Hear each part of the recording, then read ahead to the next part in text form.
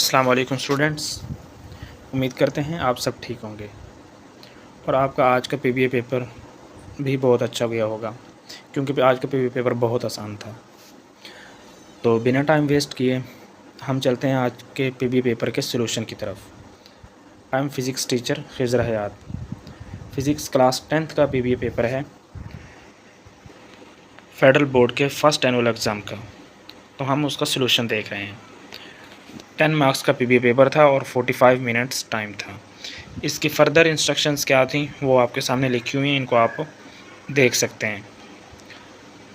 अब section A की तरफ हम चलते हैं। जी स्टूडेंट्स, क्वेश्चन नंबर 1 उसका पार्ट 1 है।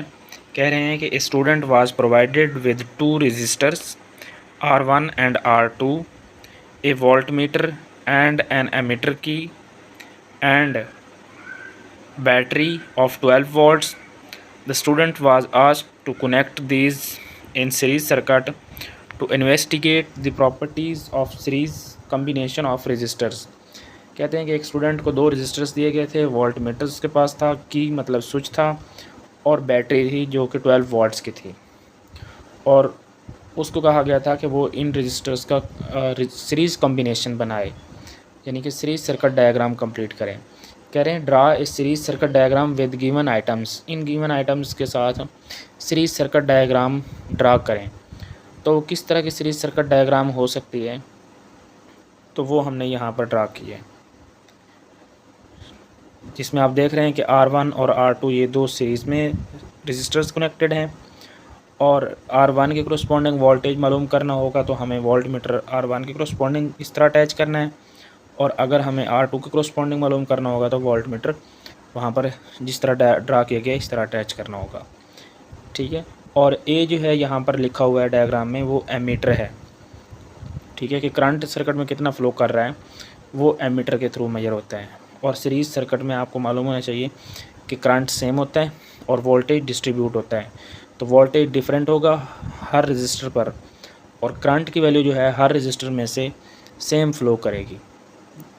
सीरीज़ में करंट सेम रहता है और वोल्टेज डिस्ट्रीब्यूट होता है। बैटरी के वोल्टेज 12 वोल्ट्स थे, वो भी हमने मेंशन कर दिए, और ये जो है जिसको की कहें या स्विच कहें उसको हमने एस के साथ शो किया है। तो ये 2 नंबर की सर्किट डायग्राम थी जो आपको ड्रा करनी थी। अब हम चलते हैं नेक्स्ट। सेकंड है, इसमें कह रहे हैं complete the given table according to data. Data के अकॉर्डिंग आप गिवन टेबल कंप्लीट करें। तो सीरियल नंबर के बाद आप देखें तो V1 है, यानी कि वोल्टेजेस की वैल्यू, फिर V2 की वैल्यूज़ दी हुई हैं आपको, R1 की वैल्यूज़ गिवन हैं, R2 की वैल्यूज़ भी गिवन हैं, रेजिस्टेंसेस की वैल्यूज़। उसके बाद कहते हैं कि R इक्वलेंट मालूम करें। तो आपको मालूम है कि सीरीज़ कम्बिनेशन है, और R इक्वलेंट मालूम करना हो तो सीरीज़ कम्बिनेशन में क्या होता है, टोटल रेजिस्टेंस जो है R इक्वलेंट वो इक्वल होती है R1 प्लस R2 के। क्योंकि 2 रजिस्टर्स हैं तो हम R1 प्लस R2 तक ही ऐड करेंगे। अगर 3 होते तो R1 plus R2 plus R3 करते। तो R1 भी हमारे पास है, R2 भी है, तो 10 प्लस 20 30 ओम। यूनिट ऊपर लिखा हुआ है, लिहाजा हर एक के साथ यूनिट लिखने की ज़रूरत नहीं है। इसी तरह R1 30 है और R2 40, 30 प्लस 40 70 ओम। और इसी तरह फिर R1 है 50 ओम और R2 है 60, 50 प्लस 60 110 ओम, 110 ओम। उसके बाद कह रहे हैं टोटल वोल्टेज बताएं नेक्स्ट कॉलम में। तो टोटल वोल्टेज जो है सीरीज सर्किट में वो होता है sum of all voltage drops across individual resistors. अगर हम तमाम इंडिविजुअल रेजिस्टर्स के ऊपर जितना भी वोल्टेज ड्रॉप है उसको हम सम अप करें तो वो हमारे पास टोटल बैटरी के वोल्टेज के इक्वल आएगा। तो V1 हमारे पास है 4 और V2 है 8, तो 4 प्लस 8 12 बना। इसी तरह नेक्स्ट कॉलम में भी ऐसे ही करना होगा, 5.14 प्लस 6.86, इसको ऐड करें तो भी 12 वोल्ट बनता है। उसके बाद है 5.45 प्लस 6.55, तो V1 प्लस V2 वाला फार्मूला अप्लाई किया यहाँ पर भी, तो ये भी 12 वोल्ट बना। उसके बाद एमीटर रीडिंग, यानी कि करंट कितना फ़्लो कर रहा है ये हमें बताया हुआ है, 0.4, 0.17 एंड 0.11। ठीक है, ये वैल्यूज़ हैं एमीटर पर जो करंट की वैल्यूज़ हमने यानी कि नोट की हैं। इसमें कह रहे हैं कि रेजिस्टेंस बाय ओहम लॉ मालूम करें। ओहम लॉ के अकॉर्डिंग आप रेजिस्टेंस मालूम करें अगर करंट इतना फ़्लो करे। तो ओहम लॉ क्या होता है, V equal to I R and R is equal to V by I. तो वोल्टेज आपके पास 12 है और करंट उन्होंने आपको वैल्यू दी हुई है 0.4। तो 12 डिवाइड बाई 0.4 करेंगे तो 30 आ जाएगा, 30 ओहम। उसके बाद नीचे दोबारा कॉलम में आपने यही करना है ओहम लॉ के अकॉर्डिंग। तो R is equal to V by I, voltage आपके पास 12 है और करंट कितना दिया हुआ है 0.17, ठीक है। तो 12 डिवाइड बाई 0.17 70.58। इसी तरह फिर 12 डिवाइड बाई 0.11 करेंगे तो 109 आएगा या 109। आखिरी कॉलम देखें तो उसमें कह रहे हैं difference R equivalent minus R ये फाइंड करें। तो R इक्वलेंट तो हमने यहाँ मालूम किया था R1 प्लस R2 करके, और R जो आपने मालूम किया है वो ओहम लॉ के अकॉर्डिंग जो वैल्यूज़ आई हैं, यानी कि सेकंड लास्ट कॉलम में। तो R इक्वलेंट की वैल्यूज़ पहले लिखेंगे और R की वैल्यूज़ बाद में लिख के सब्ट्रैक्ट करेंगे। तो R इक्वलेंट हमारे पास है 30 और R की वैल्यू भी हमारे पास कितने आई है 30 माइनस 30 0। तो यहाँ पर डिफरेंस जो है वो 0 आया। नेक्स्ट कॉलम में देखें तो हमारे पास जो डिफरेंस आ रहा है R इक्वलेंट हमारे पास 70 है और माइनस करेंगे 70.58। तो यहाँ पर हमारे पास जो डिफरेंस आ रहा है वो माइनस 0.58 का आ रहा है, ठीक है। अगर किसी ने 0.59 लिखा है, 0.57 लिखा है तो इससे भी कोई फ़र्क नहीं पड़ता, ठीक है, नो प्रॉब्लम। डेसिमल के बाद कुछ डिजिट्स ज़्यादा या कम लिखे जाएँ तो कोई फ़र्क नहीं पड़ता, नो प्रॉब्लम।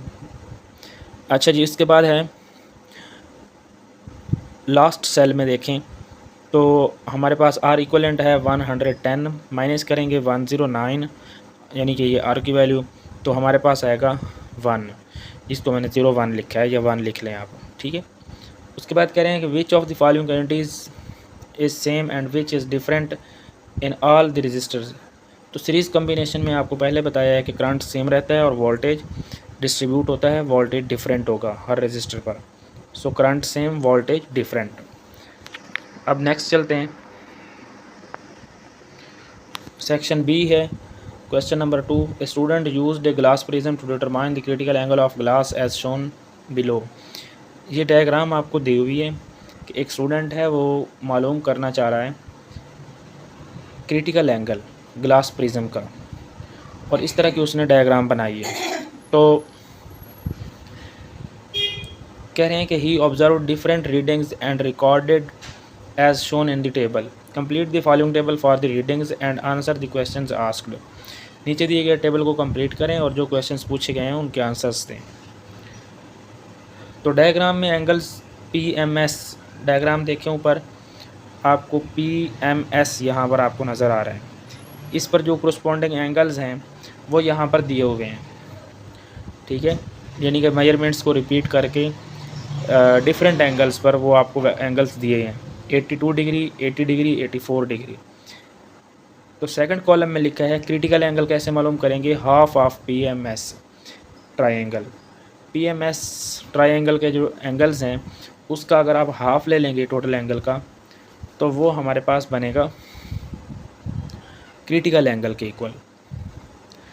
अब हाफ लिखा और एंगल जो दिया हुआ था 82 डिग्री वो लिखा और आंसर हमारे पास आया है 41 डिग्री। यही स्टेप रिपीट करने हैं नीचे वाले सेल में। तो हाफ लिखेंगे फार्मूले वाला और एंगल हमारे पास 80 डिग्री है गिवन, वो लिखा मल्टीप्लाई करके, इसको सॉल्व करें 40 डिग्री आ गया। उसके बाद है जी फिर लास्ट सेल में हमने लिखा 1/2 मल्टीप्लाई एंगल कितना है 84, तो ये 42 डिग्री आ गया। तो इस तरह ये कॉलम आसानी से फिल हो गया। नेक्स्ट लास्ट कॉलम में देखें आप रिफ्रैक्टिव इंडेक्स मालूम करें। तो रिफ्रैक्टिव इंडेक्स का एक ये भी फार्मूला होता है कि inverse of the sine of critical angle या 1 divide by sine of critical angle is equal to refractive index.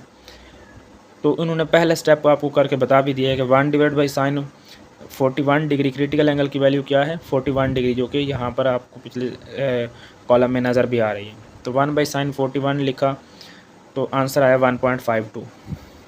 यही स्टेप रिपीट करना था। 1 डिवाइड बाई साइन एंगल कितना हमारे पास था 40 डिग्री, यहाँ पर क्रिटिकल एंगल, यानी कि सीरियल नंबर 2 में देखें तो क्रिटिकल एंगल की वैल्यू 40 है। सो 1 डिवाइड बाई साइन 40 1.55। इसी तरह फिर हमने किया 1 डिवाइड बाई साइन 42 1.49। तो इस तरह से ये आसान सा टेबल भी कंप्लीट हो गया। नेक्स्ट है मीन रिफ्रैक्टिव इंडेक्स मालूम करें। ये 1 नंबर का क्वेश्चन था, साथ मार्क्स लिखे हुए। तो मीन वैल्यू या एवरेज वैल्यू जब मालूम करते हैं तो सारी वैल्यूज़ को सम अप करते हैं, divide by number of observations कर देते हैं। तो वैल्यूज़ है 1.52 प्लस 1.55 प्लस 1.49 डिवाइडेड बाई 3, क्योंकि टोटल नंबर ऑफ़ ऑब्जर्वेशंस कितनी है 3, 3 बार एक्सपेरिमेंट को रिपीट किया गया है। तो यहाँ पर है 1.52 आ जाएगा रिफ्रैक्टिव इंडेक्स। इसका कोई यूनिट नहीं होता, इसलिए साथ कोई यूनिट लिखा ही नहीं है। ठीक है, ये हमारे पास जो वैल्यू आई है ये ऑब्जर्व्ड वैल्यू है, जो कि प्रैक्टिकल परफॉर्म करने की बेस पर ली गई है। समझ आ रही है? अब ये ज़रूरी नहीं है कि जो भी आपके पास ऑब्जर्व्ड वैल्यू हो वो बिल्कुल एग्जैक्ट हो, ट्रू वैल्यू हो। उसमें माइनर सा एरर भी मुमकिन है कि हो सकता है।